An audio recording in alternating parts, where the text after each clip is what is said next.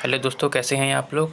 तो CDP class को आज हम कंटिन्यू करते हुए और आज हम जो सेशन ले रहे हैं वो सीटेट के लिए काफ़ी इंपॉर्टेंट होगा, क्योंकि सीटेट में जो क्वेश्चन आते हैं कोलबर्ग, पियाजे और लैब वाइगोस्की के, तो उसमें से हम केवल कोलबर्ग से बनने वाले जितने भी प्रश्न हैं वो सारे हम लेकर आए हैं। तो आप लोग लास्ट तक बने रहें। तो सेशन को हम शुरू करते हैं। और पीडीएफ को प्राप्त करने के लिए आप हमारे टेलीग्राम चैनल से भी जुड़ सकते हैं, जिसका लिंक मैंने डिस्क्रिप्शन में दे दिया है। ठीक है, तो क्वेश्चन नंबर पहले की ओर आते हैं।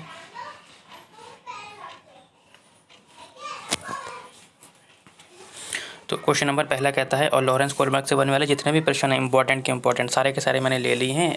हो सकता है इस वीडियो में पूरे ना हो पाएँ, अगली वीडियो में पूरे हो जाएंगे। ठीक है, और नहीं होंगे तो 3-4 वीडियो हम लॉरेंस कोलबर्ग की बना देंगे। ठीक है, तो कहता है, और इसमें आपको कोहलबर्ग पूरा समझ में भी आ जाएगा। ठीक है, कह रहा क्वेश्चन नंबर पहला लेते हैं। कह रहे लॉरेंस कोहलबर्ग के संदर्भ में निम्नलिखित कथन में से कौन सा कथन असत्य है। ठीक है, कह रहे लॉरेंस कोहलबर्ग अमेरिकी मनोवैज्ञानिक थे। लॉरेंस कोहलबर्ग ने जीन पियाजे से प्रभावित होकर नैतिक विकास का सिद्धांत दिया। और बेटा ये केवल आप ऑप्शन ना समझिए, ये इसके पॉइंट है लिखे हुए। ठीक है, कोहलबर्ग ने नैतिक विकास की 3 अवस्थाओं में बांटा, बिल्कुल। और कोहलबर्ग ने पूर्व परंपरागत सत्र को 6 से 11 वर्ष के बीच में माना है। तो असत्य कथन बताना है। देखो, लॉरेंस कोहलबर्ग अमेरिकी मनोवैज्ञानिक थे, ये बिल्कुल ठीक है। लॉरेंस कोहलबर्ग ने जीन पियाजे से प्रभावित होकर नैतिक विकास का सिद्धांत दिया, बिल्कुल दिया। कोहलबर्ग ने नैतिक विकास की 3 अवस्थाएं बताई हैं, बिल्कुल 3 अवस्थाएं बताई हैं। कौन कौन सी बताई हैं वो भी मैं लिखवा देता हूँ। ठीक है, और कोहलबर्ग ने पूर्व परंपरागत सत्र को 6 से 11 में नहीं बांटा है। ठीक है, तो यही ऑप्शन आपका गलत हो जाएगा। ठीक है, अब मैं एक बार सारी चीज़ें इसकी नोट करवा देता हूँ। तो ऑप्शन क्या हो जाएगा आपका, डी हो जाएगा। ठीक है, अच्छा, 3 अवस्था कौन सी है वो लिख देता हूँ, और किस किस की अवस्था की कौन सी उम्र है वो लिख देता हूँ। ठीक है,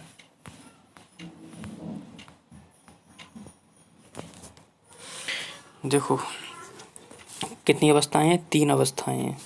तो पहली अवस्था कौन सी हो जाएगी आपकी,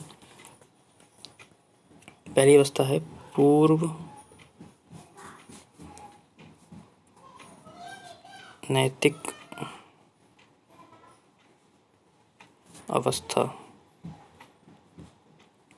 ठीक है, इसको हम पूर्व परंपरागत या रूढ़िवादी अवस्था भी कहते हैं। ठीक है,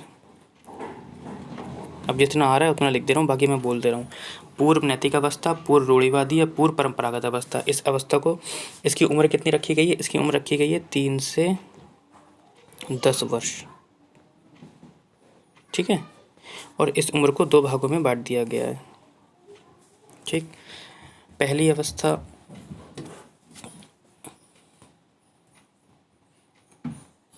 अहम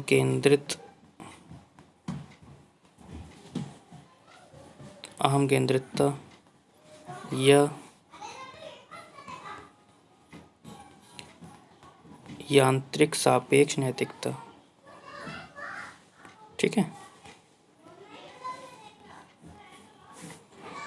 और दूसरी अवस्था इसकी कौन सी है, दंड एवं आज्ञा पालन।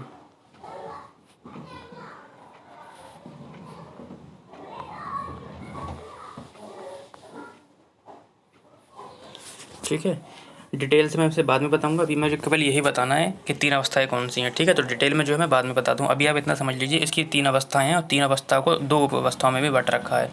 पहली अवस्था है पूर्व नैतिक अवस्था, पूर्व रूढ़िवादी, पूर्व परंपरागत अवस्था। इसकी उम्र जो है 3 से 10 वर्ष तक है। इसको 2 उपभागों में, उप अवस्थाओं में बांट दिया गया है, अहम केंद्रितता या यांत्रिक सापेक्ष नैतिकता। और दूसरी उप अवस्था है इसकी दंड एवं आज्ञा पालन। ठीक है, तो दूसरी अवस्था लेते हैं इसकी।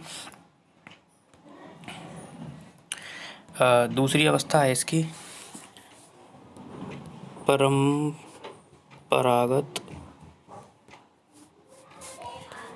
रूढ़िवादी। इसमें से क्या आएगा, पूर्व हट जाएगा बस, बाकी सब वही रहेगा, रूढ़िवादी या नैतिक अवस्था। ठीक है, इसकी उम्र कितनी है, 10 से 13।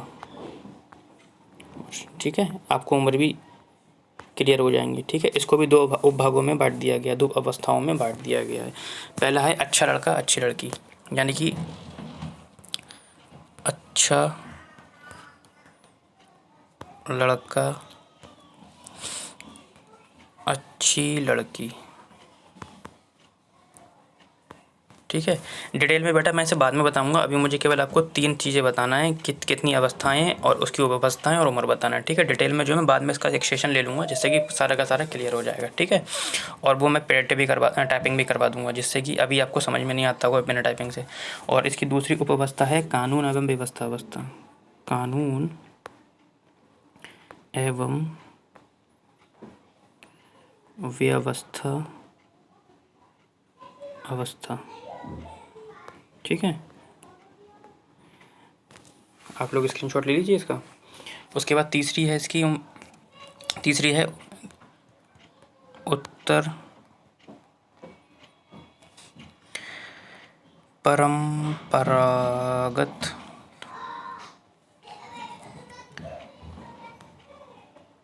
उत्तर रूढ़िवादी, ठीक है। और इसकी उम्र कितनी बताइए, 13 से 16 वर्ष। इसको भी 2 उपभागों में, 2 उप अवस्थाओं में बांट दिया गया है। पहली है सामाजिक अनुबंधन,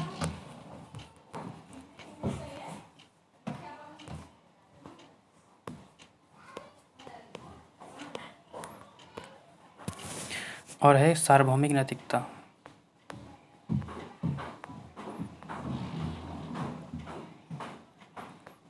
अभी आपके लिए इतना बहुत है, क्योंकि जब मैं इसका पूरा कंप्लीट सेशन लूँगा तो आप लोगों को अच्छे से समझ में आ जाएगा, ठीक है। तो अभी आप इतना ही समझ लीजिए। इसकी 3 अवस्थाएं हैं, कौन कौन सी हैं? पूर्व परंपरागत, पूर्व नैतिक अवस्था, पूर्व रूढ़िवादी अवस्था। इसकी उम्र है 3 से 10 वर्ष। और इस अवस्था को 2 उप अवस्था में बांट दिया गया है, अहम केंद्रिता या यांत्रिक सापेक्ष नैतिकता। दूसरी उप अवस्था है दंड एवं अनुशासन, ठीक है। इसकी दूसरी अवस्था है परंपरागत रूढ़िवादी या नैतिक अवस्था, 10 से 13 वर्ष तक चलती है। इसकी 2 उप अवस्थाएं हैं, अच्छा लड़का अच्छी लड़की। और दूसरी उप अवस्था है कानून एवं व्यवस्था अवस्था। इसकी अवस्था है उत्तर परंपरागत, उत्तर रूढ़िवादी, उत्तर नैतिकता, ठीक है। इसको 2 उपभागों में बांट दिया गया, सामाजिक अनुबंधन या सार्वभौमिक नैतिकता, ठीक है। आपको क्लियर हो गया होगा, तो आप समझ गए होंगे कौन सा गलत है। ये वाला आपका गलत है, ठीक है, क्योंकि इसकी उम्र कितनी बताई मैंने पूर्व परंपरागत की, 3 से 10 वर्ष बताई है, ठीक है, इसलिए आपका गलत हो जाएगा। आगे बढ़ते हैं क्वेश्चन नंबर 2 की ओर। क्वेश्चन नंबर 2 कहता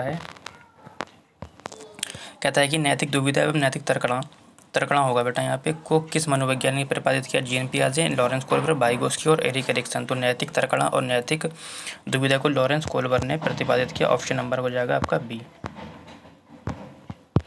आगे बढ़ते हैं क्वेश्चन नंबर 3 की ओर। कह रहे लॉरेंस कोल्बर के अनुसार शिक्षक बच्चों में नैतिक मूल्यों का विकास कर सकता है, कैसे? कह रहे कैसे व्यवहार किया जाना चाहिए, इस पर कठोर निर्देश देकर, धार्मिक शिक्षा को महत्व देकर, व्यवहार के स्पष्ट नियम बनाकर, या नैतिक मुद्दों पर आधारित चर्चाओं में उन्हें शामिल कर। ठीक है, देखो कठोर निर्देश नहीं देना है, धार्मिक का और लॉरेंस कोल्बर से कोई मतलब नहीं है, और व्यवहार में स्पष्ट नियम नहीं दिखाना है, तो नैतिक मुद्दों पर आधारित चर्चाओं में उन्हें शामिल करें, क्योंकि उनका पासवर्ड ही क्या है, नैतिक दुविधा। तो हमें ऐसा ऑप्शन ढूंढना है जिसमें नैतिकता का बात की गई है, यानी कि नैतिक मुद्दों पर आधारित चर्चाओं पर उन्हें शामिल करके ऑप्शन नंबर डी हो जाएगा। ठीक है, आगे बढ़ते हैं।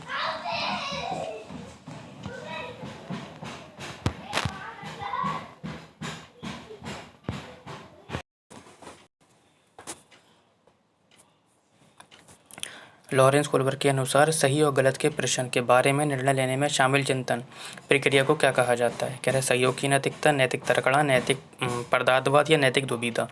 ठीक है, तो क्या कहा जाता है ये बताएं। तो लॉरेंस कोल्बर के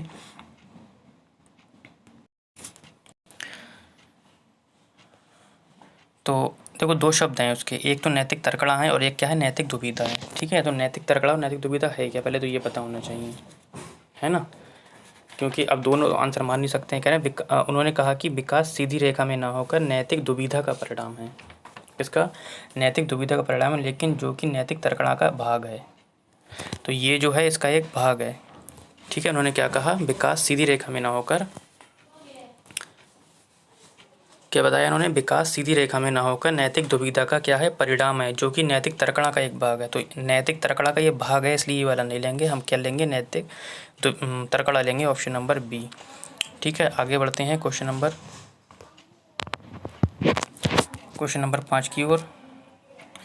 क्वेश्चन नंबर 5 कहता है कि निम्नलिखित में से कौन सा लॉरेंस कोहलबर्ग के नैतिक विकास के चरणों का लक्षण है? कह रहे सभी संस्कृतियों से संबद्ध चरणों की सार्वभौमिक श्रृंखला।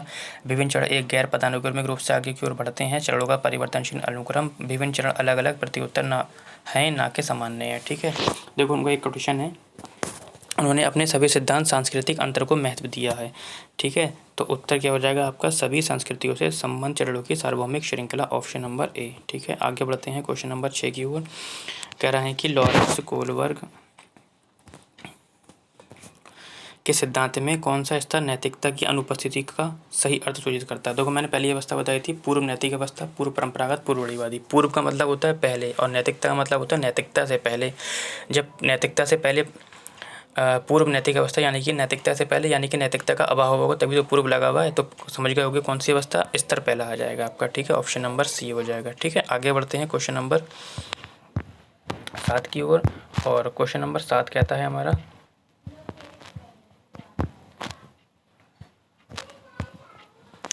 कहता है कि लॉरेंस कोहलबर्ग के सिद्धांत की एक प्रमुख आलोचना क्या है? तो उनकी कई आलोचनाएं हैं। ठीक है, ये कह रहे और हमें केवल आलोचना ढूंढना है। कह रहे कोहलबर्ग ने बिना किसी अनुभूत मूलक आधार के सिद्धांत का प्रस्तुत किया। कह रहे हैं कोहलबर्ग ने नैतिक विकास की स्पष्ट अवस्थाओं का उल्लेख नहीं किया है। कोहलबर्ग ने प्रस्ताव दिया कि नैतिकता तार्किकता विकासात्मक है, या कोहलबर्ग ने पुरुषों व महिलाओं की नैतिकता तार्किकता में सांस्कृतिक विभिन्नताओं को महत्व नहीं दिया है। बिल्कुल, इन्होंने कोहलबर्ग ने क्या करा है? कोहलबर्ग ने पुरुषों एवं महिलाओं की नैतिक तार्किकता में सांस्कृतिक विभिन्नताओं को क्या दिया है? महत्व नहीं दिया है। और इनकी आलोचना ये भी है कि इन्होंने क्या करा है कि इन्होंने केवल 10 से 16 वर्ष के बच्चों लड़कों पर आधारित है। ठीक है, केवल लड़कों पर आधारित है। इन्होंने किस में महत्व नहीं दिया? इन्होंने औरतों को महत्व नहीं दिया। कोहलबर्ग की सबसे बड़ी आलोचना ये भी है कि इन्होंने अपने अध्ययन में महिलाओं को जगह नहीं दी है। ठीक है, एक आलोचना उनकी ये भी है। ठीक है, तो ऑप्शन क्या हो जाएगा आपका? डी हो जाएगा। आगे बढ़ते हैं क्वेश्चन नंबर 7 की ओर, सॉरी 8 की ओर। क्वेश्चन नंबर 8 कहता है कि लॉरेंस कोहलबर्ग के सिद्धांत के पूर्व परंपरागत सत्र के अनुसार कोई नैतिक निर्णय लेते समय एक व्यक्ति निम्नलिखित किस तरह प्रभावित होता है? देखो दो चीज़ें भी मैंने पहली अवस्था में बताई थी, एक है अहम केंद्रिकता या यांत्रिक सापेक्ष नैतिकता, उसकी दूसरी उपावस्था थी दंड एवं अनुशासन। ठीक है, बीच में बच्चा है, बच्चा क्या करता है? आइसक्रीम खाता है। चलो मैं लिख दे रहा हूँ यहाँ पर थोड़ा, 2 अवस्थाएँ हैं यहाँ पे। एक कौन सी अवस्था है? अहम केंद्रिकता,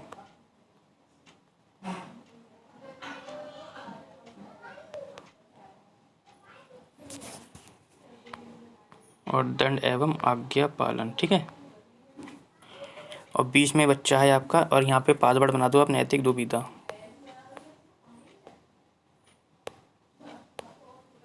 ठीक है, अब एक छोटा बच्चा है, स्वार्थी बच्चा हम कह सकते हैं, वो अभी इस स्टेज में है उसको। ठीक है, उसके पास क्या है? बहुत सारी आइसक्रीम है। इधर कौन बैठा हुआ है? माता पिता बैठे हुए हैं, यानी कि कुछ खिलौने भाई को भी दे दो। ठीक है, अब इसके इधर स्वार्थी बच्चा है, इधर बच्चे माँ बाप कहते हैं कि थोड़े खिलौने किसको दे दो? माँ बाप उसे दे दो, बड़े भाई को दे दो या छोटे भाई को दे दो। बच्चा कहता है मैं नहीं दूंगा। ठीक है, पापा कहते हैं कि दे दो, वो कहता नहीं देता है। ठीक है, अब वो यहाँ पे नैतिक दुविधा में पड़ गया कि दूँ या नहीं दूँ। अब पापा क्या करते हैं? जब वो बहुत चीख के बात करते हैं, ठीक है, जब वो दंड एवं आज्ञा पालन से बात करते हैं ना, दंड देने के अनुशासन इस तरीके से बात करते हैं, तो वो नैतिक दुविधा में पड़ जाता है। वो सोचता है कि दूंगा तो बच जाऊँगा, नहीं दूंगा तो पिटना पड़ेगा, है ना। तो यहाँ पर क्या होता है? नैतिक दुविधा में फंस जाता है। जब बच्चा नैतिक दुविधा में पड़े तो जो नैतिकता होती है पहली अवस्था में, वो कहाँ से आती है? वो दंड एवं आज्ञा पालन से आती है ना। तो ऑप्शन क्या हो जाएगा इसका? संभावित दंड से प्रभावित होती है। ये तो कह रहा है कि पूर्व परंपरागत सत्र के पहली अवस्था जो मैंने बताई थी 3 से 10 वर्ष के अनुसार कोई नैतिक निर्णय लेते समय, बच्चा नैतिक निर्णय लेते समय किसकी तरफ जाता है? दंड एवं आज्ञा के पालन, दंड एवं अंतर्निहित संभावित दंड की ओर जाता है, जिससे कि वो बच सके। अगर नहीं देगा तो पिटना पड़ेगा। ऑप्शन नंबर हो जाएगा आपका डी। ठीक है, आगे बढ़ते हैं क्वेश्चन नंबर 9 की ओर। क्वेश्चन कहता है कोहलबर्ग ने प्रस्तुत किए हैं। कोहलबर्ग ने क्या प्रस्तुत किया? कह रहा संज्ञानात्मक विकास के जड़, शारीरिक विकास के जड़, संवेगात्मक या नैतिक विकास। देखो ये की है पियाजे साहब ने। संज्ञानात्मक विकास के तहत किसने करे हैं? पियाजे ने करे हैं। और नैतिक विकास के तरफ किसने करे हैं? कोहलबर्ग ने करे हैं। ठीक है, ऑप्शन हो जाएगा आपका डी। ठीक है, आगे बढ़ते हैं क्वेश्चन नंबर 10 की ओर, जो कि आखिरी क्वेश्चन है आपका। कह रहा है कि लॉरेंस कोलबर्ग के अनुसार किस अवस्था में नैतिकता बाह्य कारकों द्वारा निर्धारित होती है। देखो, बाह्य कारकों से तभी होगी जब नैतिकता होगी नहीं, और नैतिकता किस अवस्था में नहीं थी, पहली अवस्था में, और पहली अवस्था का नाम था पूर्व नैतिक, पूर्व परंपरागत, पूर्व रूढ़िवादी अवस्था। उसकी उम्र क्या थी, 3 से 10 वर्ष तक, यानी कि पूर्व प्रारंभिक अवस्था या पूर्व नैतिक अवस्था या पूर्व रूढ़िवादी अवस्था, उसकी उम्र क्या थी, 3 से 10 वर्ष। ठीक है, तो आज के लिए इतना ही। आज का सेशन आप लोगों को कैसा लगा कमेंट सेक्शन में ज़रूर बताएं, और अगर जो भी क्वेश्चन अभी बचे हुए हैं इसके, वो अगली वीडियो में ले लूँगा। ठीक है, और इसकी PDF प्राप्त करने के लिए आप हमारे टेलीग्राम चैनल से भी जुड़ सकते हैं, जिसका लिंक मैंने डिस्क्रिप्शन में दे दिया है।